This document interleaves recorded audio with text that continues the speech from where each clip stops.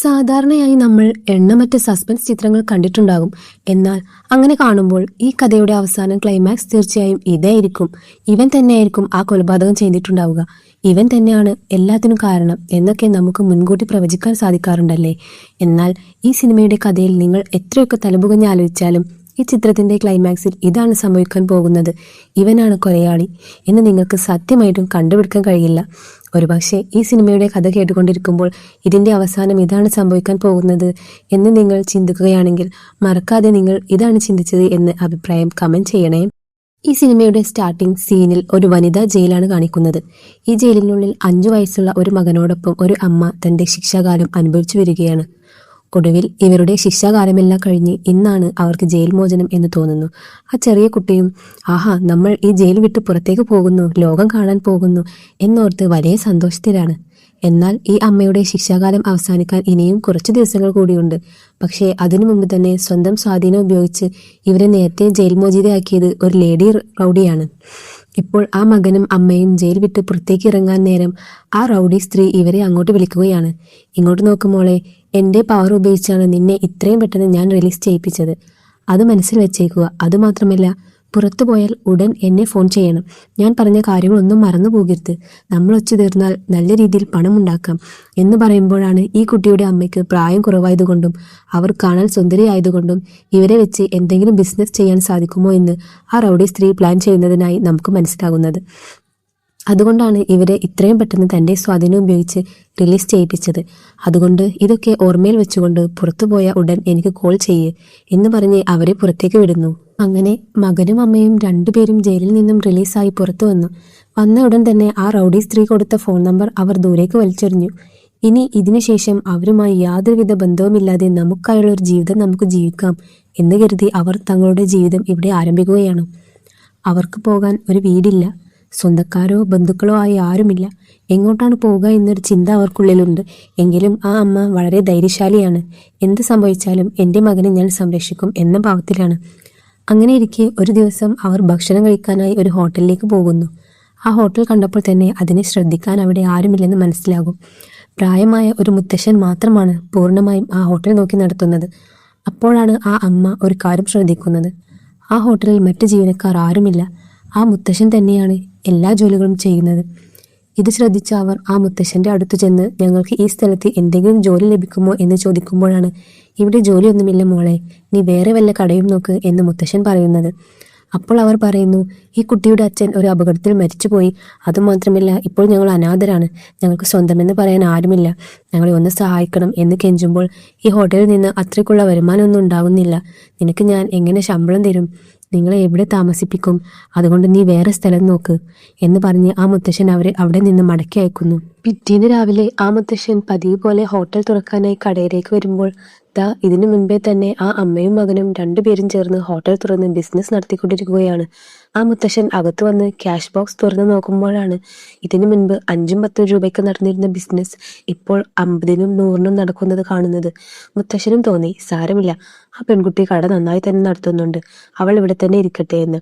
അങ്ങനെ ആ ഹോട്ടലിൽ തന്നെ അമ്മയും മകനും താമസിച്ചുകൊണ്ട് അവിടെ ജോലി നോക്കുന്നു. എന്നാൽ ഒരു കടയിലേക്ക് പുതുതായി ഒരാൾ ജോലിക്ക് വന്നാൽ തീർച്ചയായും നാട്ടുകാർ അന്വേഷിക്കുമല്ലോ.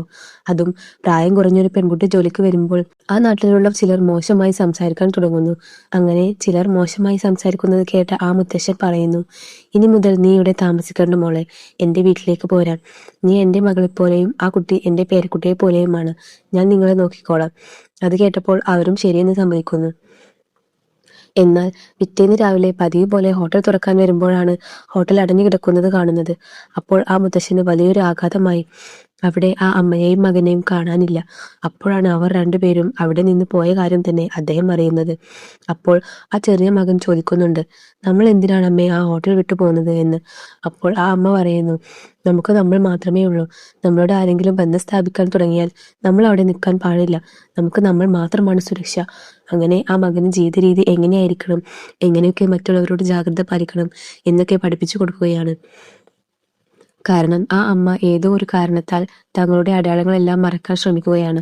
അതുമാത്രമല്ല, തങ്ങളുടെ വ്യക്തിപരമായ കാര്യങ്ങൾ ആരും അറിയരുത് എന്ന് കരുതി തങ്ങളുടെ യഥാർത്ഥ പേരെന്താണ്, ഈ കുട്ടിയുടെ യഥാർത്ഥ പേരെന്താണ് എന്നൊന്നും ആർക്കും മനസ്സിലാകാത്ത വണ്ണം ആ പശ്ചാത്തലത്തിനും അനുയോജ്യമായ ഏത് പേര് പറഞ്ഞാൽ തങ്ങൾക്ക് ജോലി കിട്ടും, ഏത് കള്ളം പറഞ്ഞാൽ തങ്ങൾക്ക് മുൻഗണന ലഭിക്കും എന്ന് ചിന്തിച്ച് ഓരോ സ്ഥലത്തും ഓരോ രീതിയിലാണ് അവർ കിട്ടുന്ന പണികൾ ചെയ്യുന്നത്.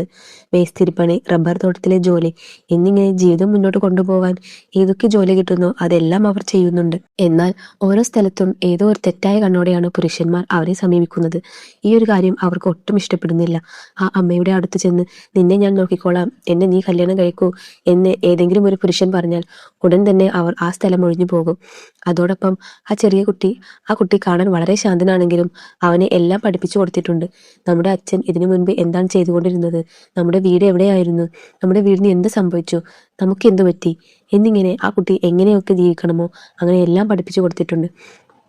അതുമാത്രമല്ല, ആരെങ്കിലും ഒരാൾ വന്ന് നിന്നെ ഞാൻ എവിടെയോ കണ്ടിട്ടുള്ള പോലെ തോന്നുന്നുണ്ടല്ലോ എന്ന് ആ കുട്ടിയോട് ചോദിച്ചാൽ പോലും ആ ചെറിയ കുട്ടി അമ്മ ഏഴു തരത്തിലുള്ള കള്ളമാണോ പറയുന്നത്, അതേ കള്ളം തന്നെ ഒട്ടും മാറ്റമില്ലാതെ തിരിച്ചു പറയും. അപ്പോഴാണ് ആ ചെറിയ കുട്ടി തൻ്റെ അച്ഛനെക്കുറിച്ചും തങ്ങളുടെ വീട് എവിടെയായിരുന്നു എന്നതിനെക്കുറിച്ചും കൃത്യമായി പറയുന്നത്.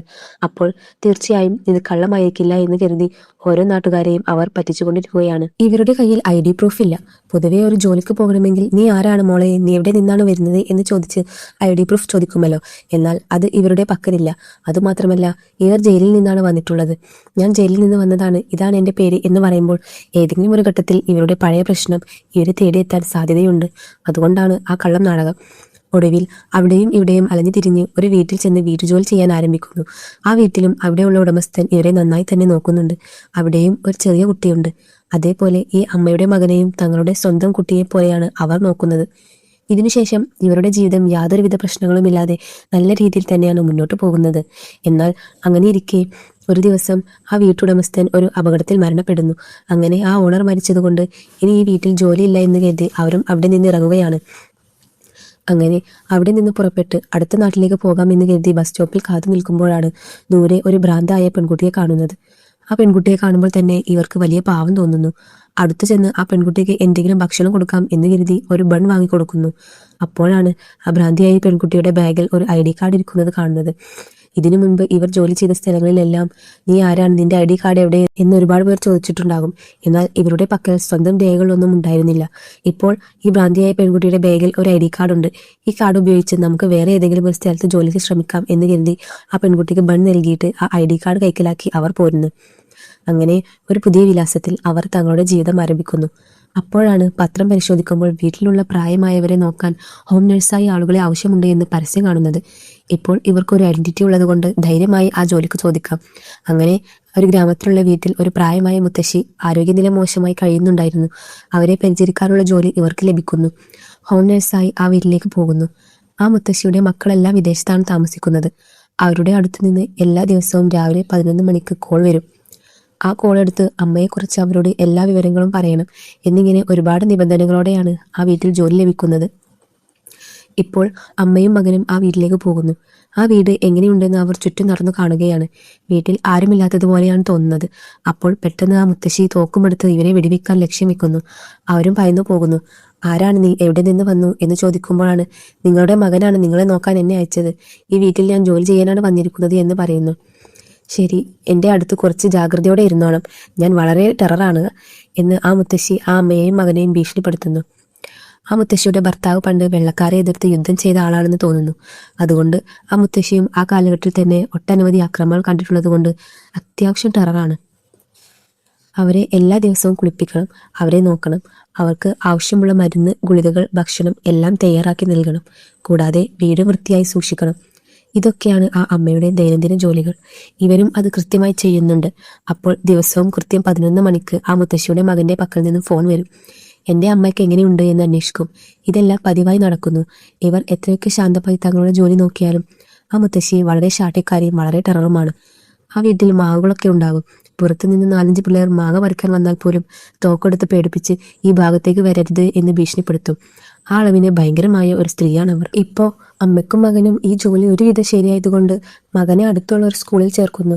മകനെ സ്കൂളിൽ ചേർക്കുമ്പോൾ തന്നെ നമ്മളെക്കുറിച്ചുള്ള സത്യം നമുക്ക് മാത്രം അറിഞ്ഞാൽ മതി. നീ ആവശ്യമില്ലാതെ ആരോടും സംസാരിക്കരുത്.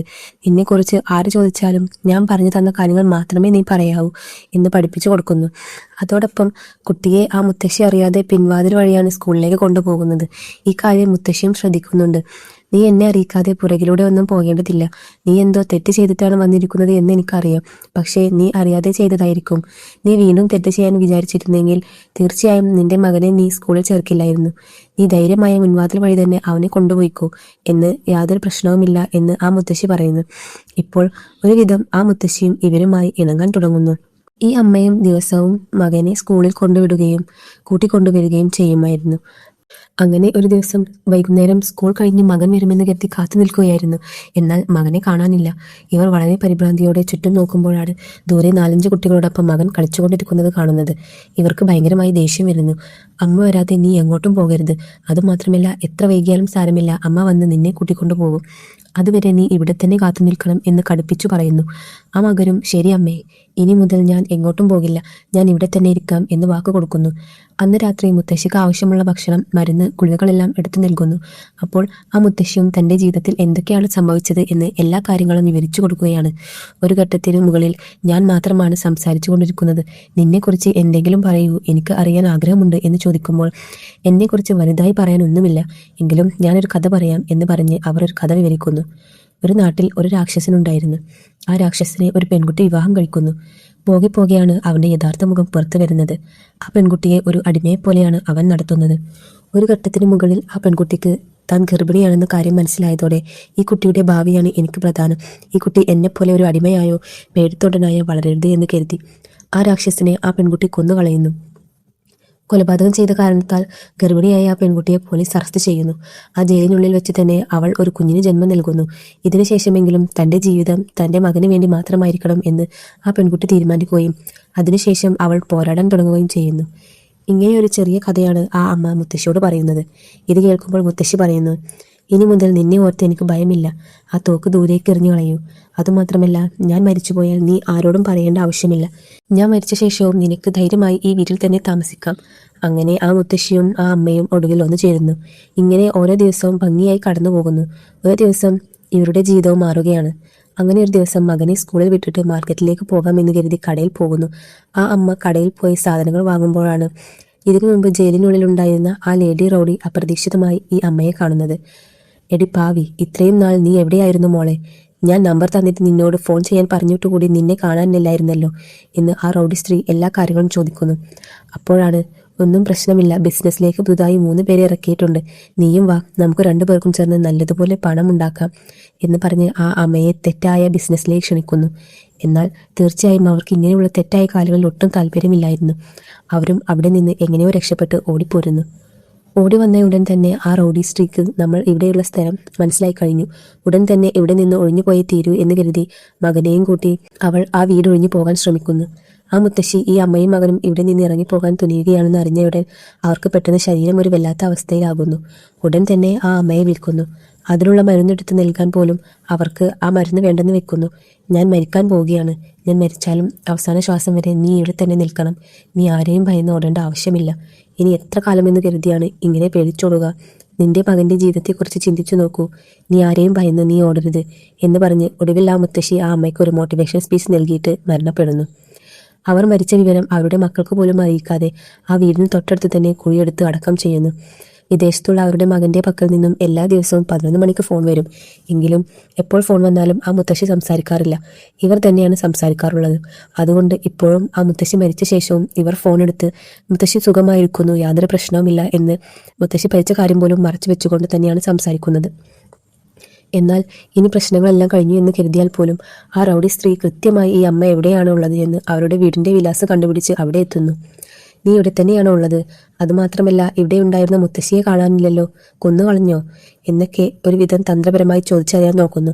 ഒടുവിൽ ആ റൗഡി സ്ത്രീ ഈ വീട് നല്ലതാണല്ലോ, നമ്മുടെ ബിസിനസ്സിന് ഇത് ഉപയോഗിക്കാമെന്ന് പറഞ്ഞ് ഭയങ്കരമായി ബ്ലാക്ക്മെയിൽ ചെയ്യുന്നു.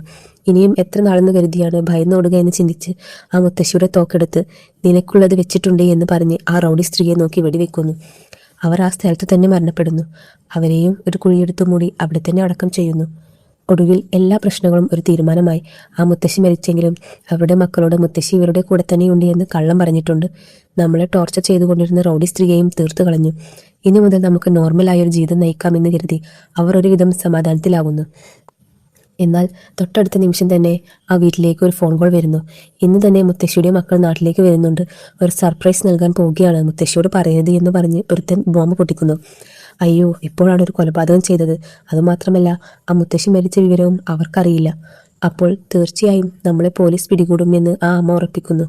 അതോടൊപ്പം സ്കൂളിൽ പോയ മകനും അമ്മ വരുമെന്ന് കരുതി ബസ് സ്റ്റോപ്പിൽ തന്നെ കാത്തു നിൽക്കുകയാണ്. അമ്മ വന്ന് നമ്മളെ കൂട്ടിക്കൊണ്ടു പോകും എന്ന് കരുതി. ഈ ഭാഗത്ത് അമ്മയും ആ മുത്തശ്ശിയുടെ മക്കളും തിരിച്ചു വന്നുകൊണ്ടിരിക്കുകയാണ്. എന്ത് ചെയ്യണമെന്നറിയാതെ പകച്ചു നിൽക്കുകയാണ്. സമയം കടന്നു പോകും തോറും ആ ചെറിയ കുട്ടി ബസ് സ്റ്റോപ്പിൽ തന്നെ കാത്തു നിൽക്കുന്നു.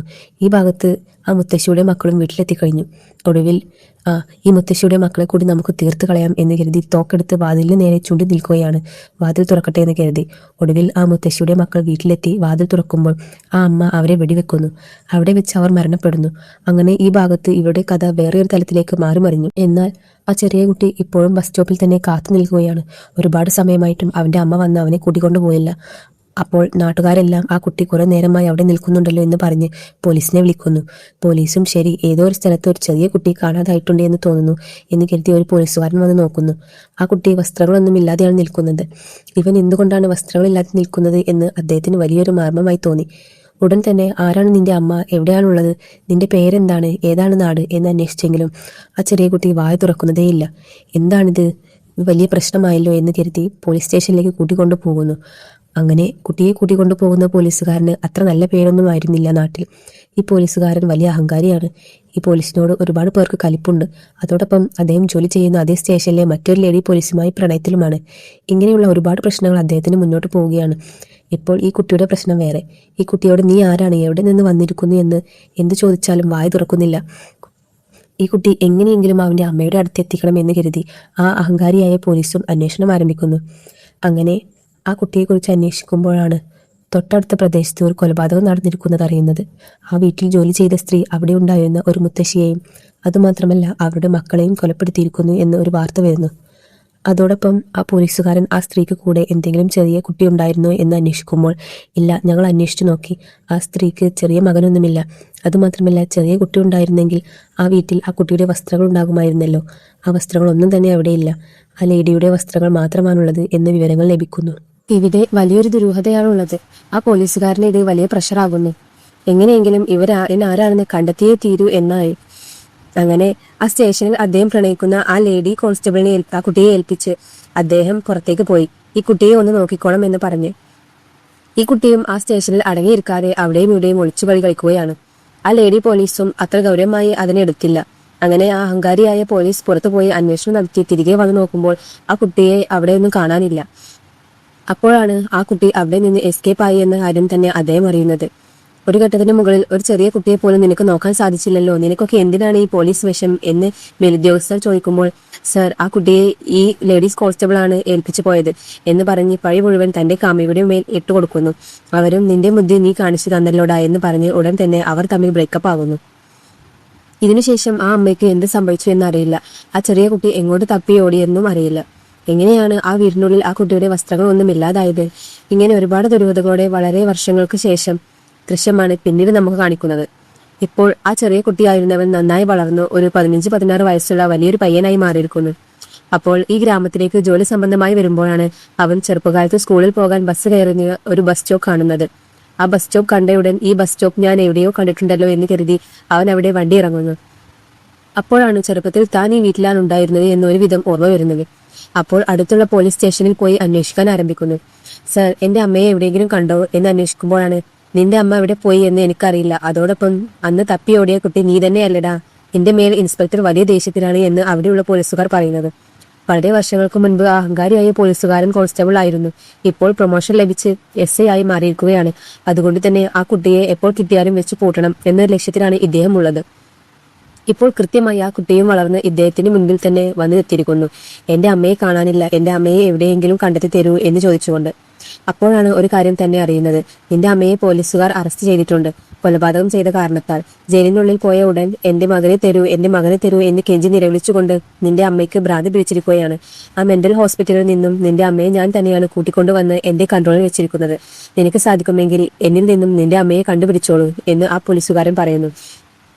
എന്തിനാണ് ഈ കുട്ടിയുടെ അമ്മയെ ഇങ്ങനെ ടോർച്ചർ ചെയ്തത് എന്ന് ചോദിക്കുമ്പോഴാണ്, വളരെ വർഷങ്ങൾക്ക് മുൻപ് ഈ കുട്ടി ആ സ്റ്റേഷനിൽ നിന്നും ഓടിപ്പോയിരുന്നല്ലോ. ഈ കുട്ടി ഓടിപ്പോയതുകൊണ്ട് ഇദ്ദേഹത്തിന്റെ കാമുകിയുടെ മേൽ പഴി ചാരേണ്ടി വന്നു. അതുകൊണ്ട് അവർ രണ്ടുപേരും ബ്രേക്കപ്പ് ആവുകയും അവർ തമ്മിലുള്ള വിവാഹം നടക്കാതെ പോവുകയും ചെയ്തു. ഇതിനെ ഒരു കാരണമായി കാണിച്ച് ഈ കുട്ടിയോട് പ്രതികാരം ചെയ്യണം എന്ന ഒരൊറ്റ കാരണത്താലാണ്. എന്നെങ്കിലും ഇവൻ അമ്മയെ തിരഞ്ഞു വരും, അപ്പോൾ ഇവനെ നമുക്ക് നോക്കാം എന്ന് കരുതി അവരുടെ അമ്മയെ ഇദ്ദേഹം കൂട്ടിക്കൊണ്ടു വന്ന് വിചാരിക്കുന്നു. ഇങ്ങനെയുള്ള കാര്യങ്ങൾ അറിഞ്ഞയുടൻ അവൻ വലിയ ഷോക്കാകുന്നു. അപ്പോഴാണ്, നിങ്ങൾ തിരഞ്ഞുകൊണ്ടിരിക്കുന്ന ഒരാളെ ഞാൻ പിടിച്ചു തന്നാൽ എന്റെ അമ്മയെ വിട്ടയക്കുമോ എന്ന് ആ പയ്യൻ ചോദിക്കുന്നത്. ഈ പയ്യൻ ചെറുപ്പത്തിൽ രക്ഷപ്പെടുമ്പോൾ അവൻ മാത്രമായിരിക്കില്ല രക്ഷപ്പെട്ടിട്ടുണ്ടാവുക, അവന്റെ കൂടെ ചേർന്ന് വേറെ ഒരു കള്ളനും അവിടെ നിന്ന് രക്ഷപ്പെട്ടിട്ടുണ്ടാവും. അതുകൊണ്ട് തന്നെ ആ പോലീസ് സ്റ്റേഷന് വലിയ ചീത്തപ്പേരുണ്ടായി. അതുകൊണ്ട് എങ്ങനെയെങ്കിലും ആ കള്ളനെ കണ്ടുപിടിക്കണം. ഇന്ന് ഇതുവരെയും വല വിരിച്ച് തിരഞ്ഞുകൊണ്ടിരിക്കുകയാണ്, പക്ഷെ കണ്ടുപിടിക്കാൻ കഴിഞ്ഞിരുന്നില്ല. അപ്പോഴാണ് ആ ചെറിയ കുട്ടി അവിടെ നിന്ന് ഓടുമ്പോൾ ആ കള്ളൻ പുറകെ ഓടിയിട്ടുണ്ടാകും. ചെറുപ്പത്തിൽ അവൻ അവിടെ നിന്ന് ഓടുമ്പോൾ ആ കള്ളൻ പുറകെ വന്നിട്ടുണ്ടാകും. ആ കള്ളനും ആരാണ്? ഇവൻ ഈ കുട്ടി പുതിയതാണല്ലോ എന്ന് കരുതി അവരുടെ അമ്മയുടെ പേരും നിന്റെ പേരും എന്താണെന്ന് ചോദിക്കുമ്പോൾ അവൻ വായ തുറന്നിട്ടില്ല. ശരി, ഇവനെ നമുക്ക് കൂട്ടിക്കൊണ്ടു പോകാം എന്ന് കരുതി ആ കള്ളനാണ് ആ കുട്ടിയെ കൂട്ടിക്കൊണ്ടുപോയത്.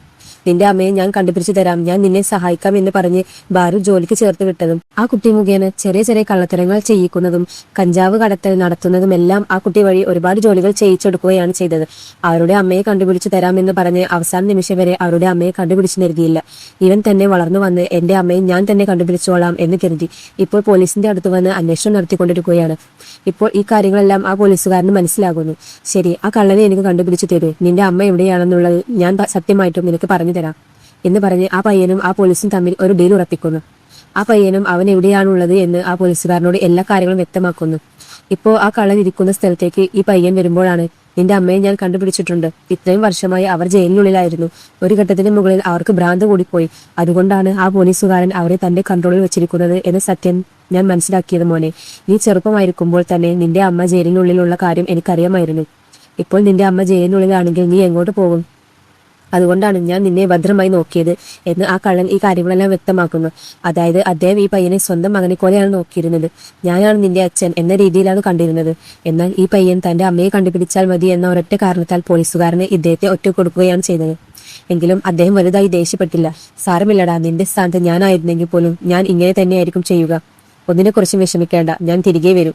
നീ പോയി നിന്റെ അമ്മയെ കണ്ടുപിടിക്കൂ എന്ന് പറഞ്ഞ് ആ കള്ളനും അവസാന നിമിഷം വരെ നല്ലവനായി തന്നെയാണ് പോയിട്ടുള്ളത്. ഇപ്പോൾ ആ പയ്യൻ പോലീസുകാരനോട് ചോദിക്കുന്നു, നിങ്ങൾ പറഞ്ഞതുപോലെ അവരെ ഞാൻ പിടിച്ചു തന്നു കഴിഞ്ഞു, എന്റെ അമ്മ എവിടെയാണെന്ന് കാണിച്ചു തരൂ.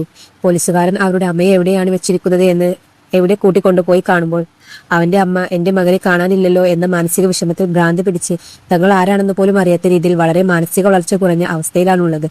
അപ്പോൾ ആ പയ്യനെ നോക്കി അവർ അമ്മയെന്ന് വിളിക്കുന്നു. അപ്പോഴാണ് ആ സിനിമയുടെ കഥയിൽ വളരെ രസകരമായ ഒരു കാര്യം സംഭവിക്കുന്നത്. ഈ സിനിമയുടെ കഥ തന്നെ ഇവയാണ് മാറി മറിയുന്നത്. അവരുടെ അമ്മയെ കണ്ടയുടൻ ഭയത്തോടെ അവൻ അവിടെ നിന്ന് പുറത്തേക്ക് ഓടുകയാണ്. അവന് എത്ര ദൂരം ഓടാൻ സാധിക്കുമോ അത്രയും ദൂരം ഓടിപ്പോയി. അവൻ ചെറുപ്പത്തിൽ സ്കൂളിൽ നിന്ന് വരുമ്പോൾ ഏത് ബസ് സ്റ്റോപ്പിലാണോ കാത്തു നിൽക്കാറുള്ളത് അതേ ബസ് സ്റ്റാൻഡിൽ ചെന്ന് നിൽക്കുന്നു. ഒരു തവണ അവൻ കുട്ടികളോടൊപ്പം കളിക്കാൻ പോയിട്ടുണ്ടാകുമല്ലോ. അപ്പോൾ അവരുടെ അമ്മ തിരിഞ്ഞു നോക്കിയിട്ട് അവനെ കിട്ടിയില്ലായിരുന്നു. അപ്പോഴാണ് അവനെ കണ്ടുപിടിച്ച്, ഇങ്ങോട്ട് നോക്കടാ, എത്ര സമയം വൈകിയാലും സാരമില്ല, അമ്മ വരുന്നത് വരെ നീ ഇവിടെ തന്നെ വെയിറ്റ് ചെയ്യണം എന്നൊരു കാര്യം പറഞ്ഞിട്ടുണ്ടാവും. അവനിപ്പോൾ ആ സ്ഥലത്ത് വന്ന് നിൽക്കുകയാണ്.